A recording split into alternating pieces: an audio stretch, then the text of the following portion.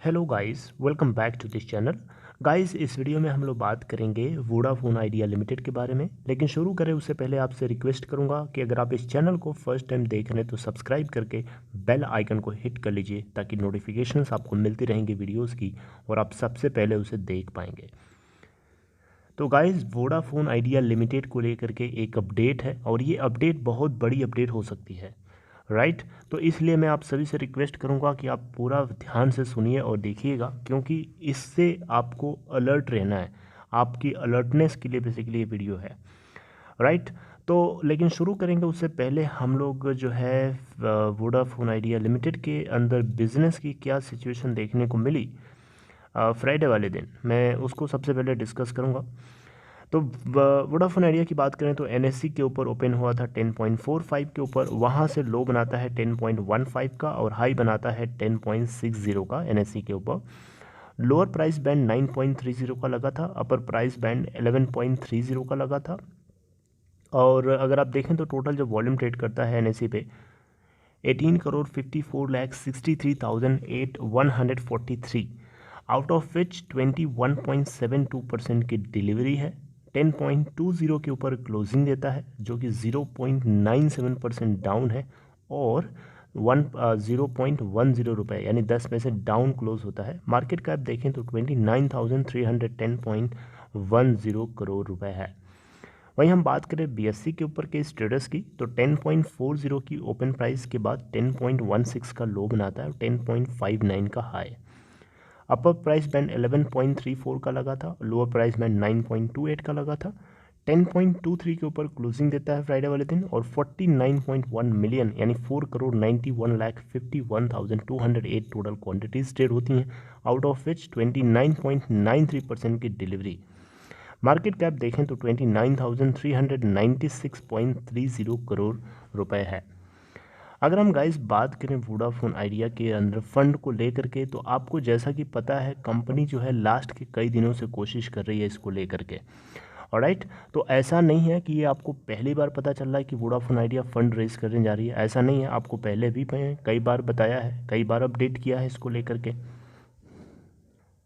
तो यहाँ पे लास्ट टाइम जो इन्होंने 15,000 करोड़ रुपए जो है लगभग $2 बिलियन या $2.5 बिलियन ये रेस करने वाले थे, वो बेसिकली अमेरिका के एक ओक हिल एडवाइज़र, एक कंसोर्टियम लीड करने वाला एक इन्वेस्टर था जो बहुत सारे इन्वेस्टर्स के ग्रुप को लीड कर रहा था। तो बेसिकली इनका मानना था कि ये क्यों अलग अलग इंस्ट्रूमेंट्स को यूज़ करके जो है ये 15,000 करोड़ रुपए जो है रेस कर लेंगे। लेकिन बाद में धीरे धीरे डेट को पोस्टपोन करते करते अलग अलग डेट्स में 31 जनवरी, फिर 28 फेब, फिर कुछ नहीं हुआ। लास्ट में पता चलता है कि जो कंसोर्टियम है वो उतना ज़्यादा इंटरेस्टेड नहीं दिख रहा है, यानी उसके ऊपर डील जो है फाइनलाइज नहीं हो पा रही है। सीधा सीधा कैंसिल होता हुआ नहीं हमें पता चला, लेकिन ये बस पता चला कि वो डील फाइनल जो डील क्लोज नहीं हो पा रही है बेसिकली। ये चीज़ मुझे हम सबको पता चली थी, जो मैंने आपको अपडेट किया था, राइट। तो ऐसा नहीं हो सकता, अभी हमें उसके बारे में नहीं पता है कि वो डील पूरी तरीके से कैंसिल हुई है या नहीं हुई है। ऐसा भी हो सकता है कि उससे कुछ हो जाए, राइट। तो यहाँ पे हालांकि इसी बात को लेकर के वोडाफोन आइडिया की तरफ से एक बात बताई गई थी कि ये मार्च के एंड तक जो है कहीं ना कहीं से फंड को रेज जरूर कर लेंगे, राइट। तो उसी से जुड़ी हुई एक अपडेट यहाँ पे निकल के आ रही है। एक बिजनेस स्टैंडर्ड की आर्टिकल के अंदर मुझे ये चीज़ पता चली है, तो मैं आपको अपडेट करने की कोशिश कर रहा हूँ। आप यहाँ देखें तो लिखा है Vodafone Idea plans to raise $750 million via convertible debenture, यानी यहाँ $750 मिलियन लगभग 5500 करोड़ रुपए बनता है ये, राइट, लाइक 5,500 करोड़ रुपए, ओके।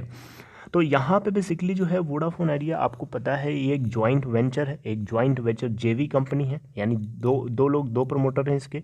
कौन कौन? वोडाफोन ग्रुप पीएलसी और जो कि यूके बेस्ड है, और आदित्य बिरला ग्रुप जो कि आपको पता है आइडिया के चेयरमैन कुमार मंगलम बिरला।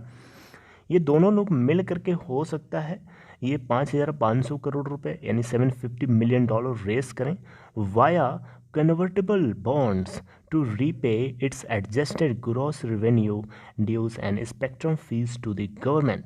भारत सरकार को स्पेक्ट्रम फीस, जैसा कि आपको मैंने अपडेट किया था, इन्होंने 1900 समथिंग करोड़ रुपए जो है इन्वेस्ट किया है स्पेक्ट्रम के अंदर अपने 5 सर्कल्स के स्पेक्ट्रम को मजबूत करने के लिए। तो उसके अंदर जो अप फ्रंट पेमेंट के रूप में जो अमाउंट करना है, आई थिंक 587 करोड़ रुपए के आसपास का टोटल अमाउंट था जो अप फ्रंट पेमेंट के रूप में करना है डॉट को। तो वो और एडजस्टेड ग्रॉस रेवेन्यू दोनों ड्यूज़ को मिला करके लगभग ये पे करना चाहते हैं। तो इसका इसका इस ये फंड रेस का मेन पर्पज़ यही है कि ये इस ड्यूज़ को पे करें। अच्छा, यहाँ पे फंड रेस कैसे करेंगे? तो यहाँ पे बताया जा रहा है गाइस कि दोनों प्रमोटर्स जो हैं अपने अपने अपने स्टेक को हो सकता है ये डाइल्यूट करें सिग्निफिकेंटली। शब्दों के ऊपर ध्यान दीजिए, यहाँ देखिए मैंने लिखा है Following this, both the promoters will significantly dilute their stake in the company.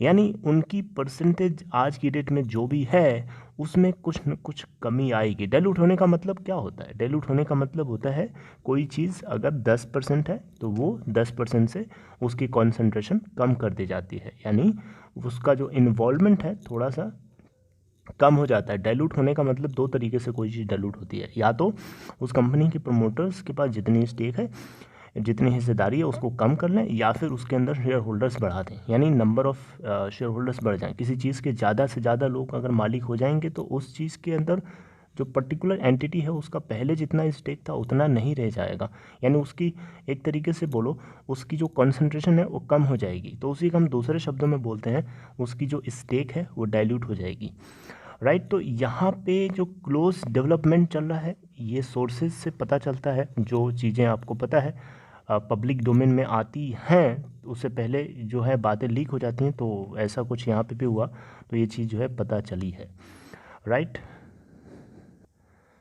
तो इसके लिए गाइस यहाँ पे बताया जा रहा है कि जो प्रमोटर्स हैं वोडाफोन आइडिया लिमिटेड के, दोनों प्रमोटर्स जो बेसिकली इन्वेस्टर से इस चीज़ के ऊपर बातचीत कर रहे हैं फंड को रेस करने के लिए। और यहाँ बताया गया है इस आर्टिकल में बिजनेस स्टैंडर्ड की कि जो नेक्स्ट क्वार्टर हमारा शुरू होने वाला है उसके अंदर जो है किसी भी समय बॉन्ड्स को लॉन्च कर सकते हैं, राइट। तो यहाँ पे बेसिकली आपको बताना चाहूँगा गाइज, यहाँ पे मार्च के एंड तक वोडाफोन आइडिया की तरफ से इस बात को लेकर श्योर किया जा रहा था कि ये फंड को कहीं ना कहीं से रेज जरूर कर लेंगे। उसके ऊपर यहाँ पे इस आर्टिकल में टिप्पणी नहीं करी गई है, लेकिन यहाँ पे नेक्स्ट क्वार्टर के अंदर फंड को रेज करने की बात करी जा रही है स्टेक को डाइल्यूट करके, राइट। तो हो सकता है मार्च के एंड तक भी ये कुछ ना कुछ ऐसा कर दें। उसके बारे में अभी तक यहाँ कुछ अपडेट नहीं आया है। हो सकता है उसके बारे में भी कुछ ना कुछ ऐसा आ जाए जो हम लोगों को एक्सपेक्टेड नहीं था, या जिसके ऊपर हम लोग अपनी एक्सपेक्टेशन को खो बैठे थे US based Oak Hill advisor के चक्कर में। Are you getting my point?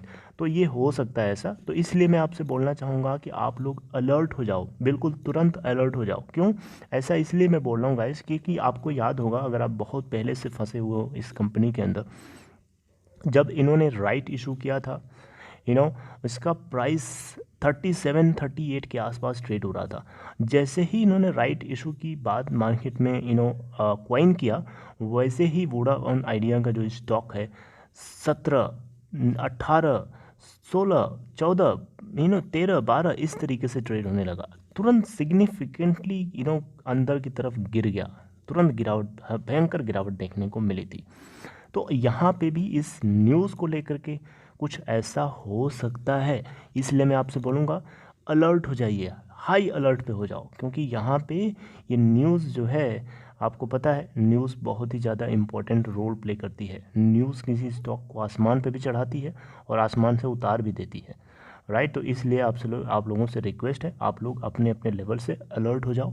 अब वोडाफोन आइडिया के अंदर क्या सिचुएशन हमें देखने को मिलती है मंडे को, इस न्यूज़ का क्या इम्पैक्ट होगा, ये बहुत ही ज़्यादा देखना बहुत ही ज़्यादा इंटरेस्टिंग होगा देखना। वैसे आपको बताना चाहूँगा कंपनी के अंदर प्रमोटर्स अपनी स्टेक को अगर डाइल्यूट कर रहा है तो वो अपनी स्टेक हिस्सेदारी को कुछ ना कुछ बेचना चाहेगा। अब वो किस रेट पे बेचता है ये डिसाइड करेगा इसके अप्स एंड डाउन्स को। अगर वो काफ़ी ऊपर बेचते हैं उस केस में डेफिनेटली मार्केट प्राइस जो है कहीं ना कहीं जो उनकी ऑफ़र प्राइस होगी उसके आसपास मूव करने की कोशिश करेगा, चाहे वो उनका ऑफर प्राइस नीचे हो चाहे करंट मार्केट प्राइस से ऊपर हो। सीएमपी से ऊपर हो तो ऊपर की तरफ भागेगा, नीचे हो तो नीचे की तरफ आएगा, ऑलराइट। तो ये अपडेट थी गाइस, आई होप आपको ये बात जो है समझ में आ गई होगी। So this is all for this video guys. I hope you liked it. If you liked it, please give a thumbs up, and if you are interested to open Demat or trading account, if in case you are new to stock market, there is a link in description box of this video for you, right? So click on that link to open your account in Upstock, right? Upstock is a very good platform. You can open your account in, I think it's a free of cost. If an offer is going on, you can check there. So this is all. Take care of yourself. I'll see you something updating new in new video. Till then, goodbye.